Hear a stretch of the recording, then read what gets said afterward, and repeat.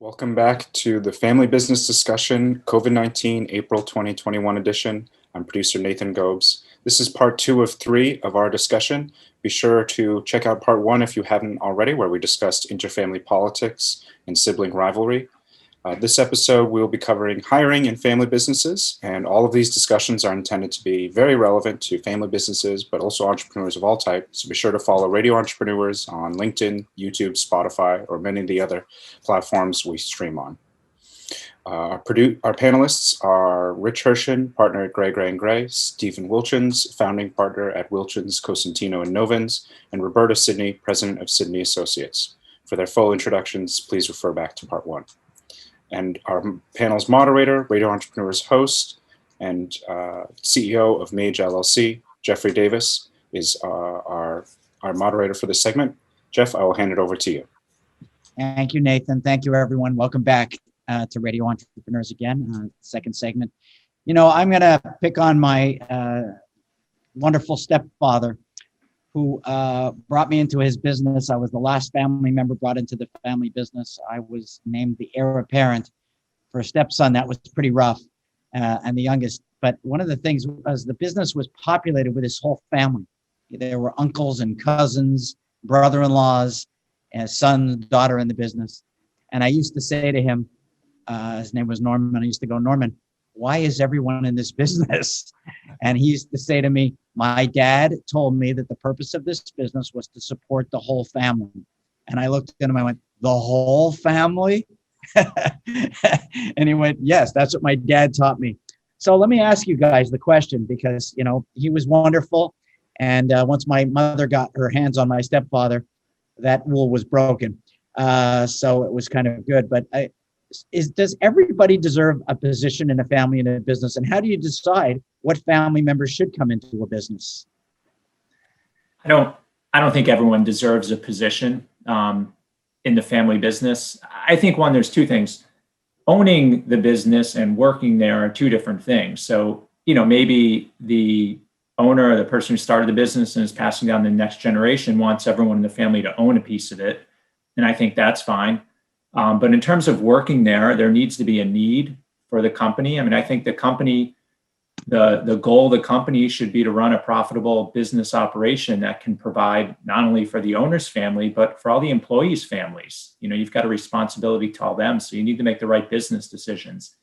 And if there's openings and there are family members that are qualified to fill those openings, I think it's great. Bring them aboard. But to just create jobs for family members or to give them jobs that they're not qualified to perform, I don't think that's a good strategy. Right. I think many times the family, it's important to realize that sometimes family members should not work in the business. And if they get the education from the people in the business and understand what they're doing, it may be better not to be in the business. Maybe they can take their resources and do something else. And their return on investment is much greater if they're out of the business. I mean, I had one case like that where we convinced a family member to stay out of the business because they were disruptive. They really weren't, they felt they were entitled, and the business is extremely profitable and continues to grow today. And so in that case, with education and the proper people speaking to this person, he was able to realize that it would be better to stay out of the business than to be in the business. Yeah, I would echo what my fellow panelists are saying here. The answer in my case is absolutely no. Every family member does not deserve a job in the company or in the family business. What I would also say is that family multiplies faster than money, often. And so if in the case of your late stepdad, Jeffrey, everybody had continued to have kids and grandkids and so forth and so on, and everybody deserved a job, at some point, the business is no longer a business. And again, the board, we talked about the board in segment 1, is there to help steward building enterprise value. And to go back to what both Rich and Steve have said, if you're not adding value, either because you're disruptive or because you don't have the skills to build enterprise value, you don't have any place in this business and you shouldn't be deserving of a slot because of your last name. So I think it's extremely important. And I've seen lots of mistakes. I'm sure everyone on this panel has. I've seen lots of mistakes where people are brought in and they're just not qualified, and it's not helpful for anyone. And it certainly doesn't help keep the non-family members who are excellent talent in the business, which is also a critical element in perpetuating the family business. Jeff, in your example, were there rules around how all those family members should be compensated? So I've seen that before, where some felt that all the family members should be paid the same amount. No. I'm not so sure that's a good policy. I think that, there needs to be clear rules and expectations, but if a family member is really working hard and, working 7 days a week and meeting the matrix that are set up for that person should, get fairly compensated, whatever that is, versus someone who slips in at 10:30 every day and leaves at 3 and doesn't work on weekends. Way different expectations. And family members need to, be told that this isn't the same. I mean, you have to be judged with everyone else, in particular the non-family members, and see how they work and hard they work and how intelligent they are and helpful for helping the business grow. Yeah, I agree. I think the pay should be commensurate with the responsibilities of the position and the performance. I'd seen that at a company where they felt that all the family members should be paid the same, and it didn't work out very well. Well, It both ways, and I agree with where they've said that there should be market performance pay, but I've seen families struggle with that, and it's unfortunate when people can't distinguish between the role that you have and the worth that you're bringing to the business, which you would pay anyone, not just a family member. That's what every person should be paid, in my opinion. But I've definitely seen more than one family say, oh no, we're all family and all family gets paid the same. And if somebody needs more money, everyone gets more money. And it's to the detriment of the business. You're no longer serving the business, you're serving the family, which I think is lopsided. Right. well, you've all brought up topics that could make me ramble on for a long time. These disruptive family members, not having rules, the enforcement of rules, compensation. I have seen both situations work and not work. It depends on what's best for the family. But what do you do when you find a business that doesn't have rules and policies in place? What's the best way to start to put these into the business? And can you do that at all? Can you implement rules in a family business so that you can continue to keep the business, the asset, valuable, as I think Roberta was talking about? Because that's really, I think, the priority. How do we keep this asset going? So I can speak to one of the boards that I'm on right now, and they didn't have rules in the beginning. And as a board member, one of the things that I've said is we need to have rules. And so they've developed a family constitution. They've developed an annual distribution policy.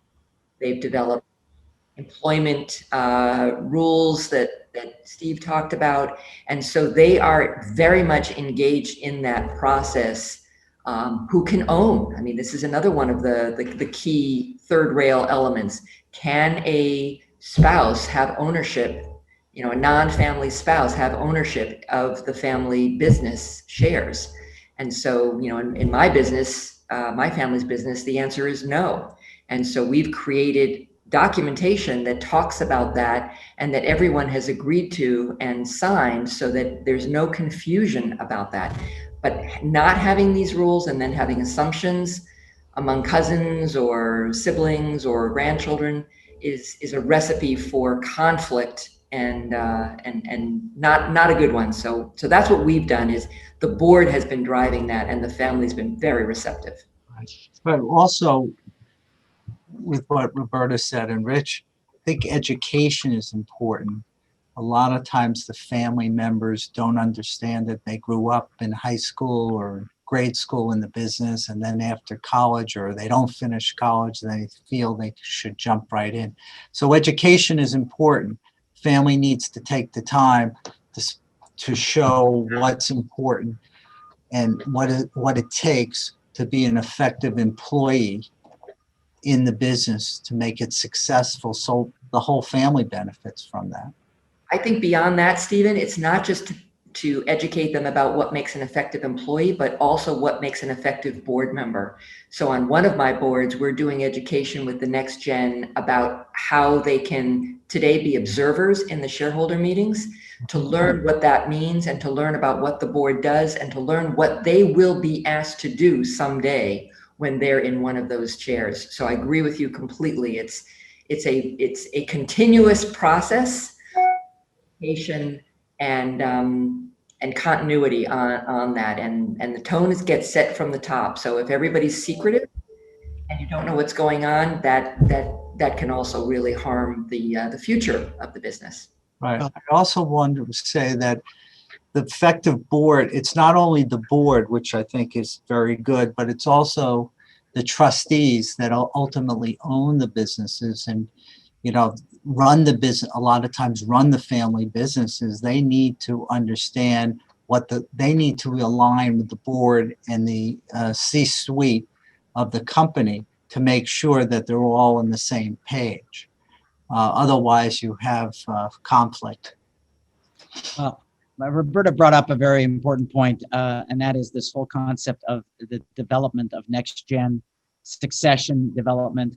I think that you cannot put in the structure and the rules, the criteria early enough in a business and be clear on development. I was always under the impression, I used to work at the Chrysler marketing firm many, many years ago, that Ford had a very clear criteria for Fords entering the family business and their development and their criteria for success if they were going to emerge to the top. I've used that story many times over the years with my family businesses. I think that's critical, putting those metrics in place and those performance guidelines. And I would assume you would agree with that as well. Absolutely. Yeah, I would add to that is, I think people spend a lot of time getting the money or the business ready for the family, but don't spend enough time getting the family ready for the money or the business. And I think equal attention needs to be paid to that. It's a critical element, because otherwise you've got people who somehow just sort of miraculously are going to know what to do and how to do it. And it doesn't happen that way. None of us is born a board director. None of us is born a leader. We develop those skills over time. And Nextgen needs that same direction and education opportunity.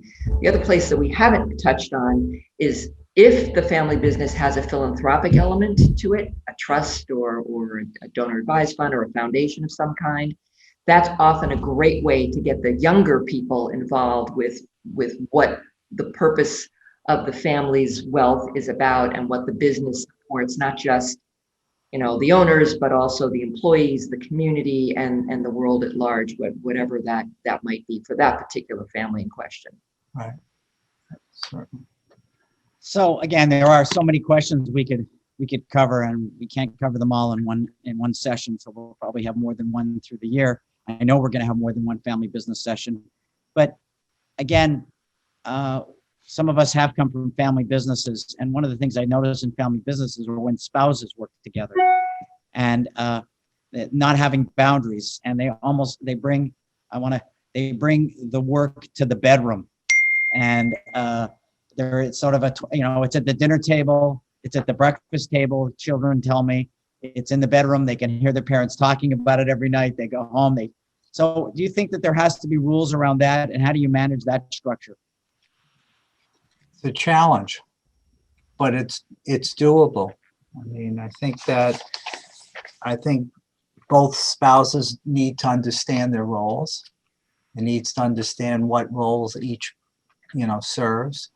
And they also need to demonstrate to their employees, that each one is being treated fairly and effectively, where the spouse isn't on the payroll just to be there, not to show up.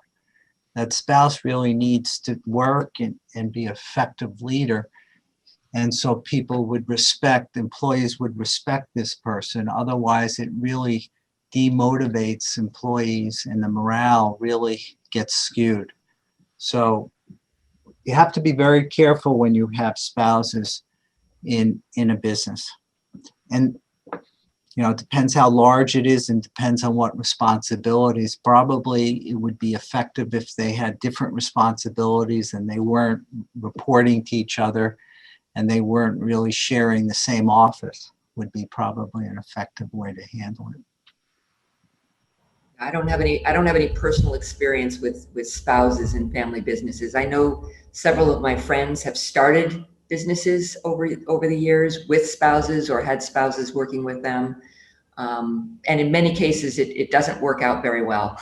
Divorce or other things ensue. It's hard. I think what you talked about, Jeffrey, is real, and being able to compartmentalize is hard. It's hard enough, I think, for siblings and cousins to do it. I think it's even harder if you live in the same household. Actually, my wife, I'll tell a personal experience. My wife was a very successful business, but she was in the educational field and she owned a school actually. And as a second career, she came to work. One business I started was a fairly large real estate business. And she came and she is working there now. And it actually is interesting dynamics. After 40 something years, it's fine. We're able to handle it. We've been able, we're mature. Our relationship is strong. So I think that's a whole different perspective in how we're handling it. But I'm not involved on a day-to-day, so it's a lot different. I think it can be tricky. I think, as you were saying earlier, Jeff, the sooner you can have some rules in place of what's allowed and not allowed, I think the better off you are. I mean, those conversations can get tough. But if everyone's agreed to rules that spouses are not going to be allowed to work there or they are going to work there, whatever the rules may be, I think kind of everyone agreeing to that early on makes those conversations a lot easier. But rules are made to be broken, and they are broken all the time. Oh, I'm so glad you said that. And the rules don't apply to me. No. As Jeff would know, right? It's unbelievable. Do as I say, not as I do. The rules get broken. But I do think you need rules. And, I don't want to sound, so simplistic, but I think that the kitchen or the dining room and the bedroom are not places to talk business. Right. And there should be places to talk business and times to talk business. And you need to work that out. If you can't work it out by yourselves, you need to work it out with a third party. But I do think that there are places, I always tell people the bedroom isn't the office. And if the bedroom becomes the office, the bedroom is going to become a problem. And I think the dining room, the eating area, if it becomes the office, it becomes a problem. If you start discussing money always over the dinner table, the breakfast table. So I do think certain rules are good to follow. But you're right. It's much more usual to break rules, Steve. I mean, families are chronic rule breakers. Right. Exactly. So I really think that, and here we have Nathan Gobes returning to us. I'm sure we could have talked about that topic a lot more. I know I was controlling myself. Nathan? Thank you, Jeff. Yeah, that was a great conversation. There will be more conversation to be had in part 3. A link will be provided in the description of the video below for part 3 of this panel discussion. And if you're listening on the podcast forums, please subscribe to us on those channels so you can see that segment when it goes live. We'll be back with more on Radio Entrepreneurs.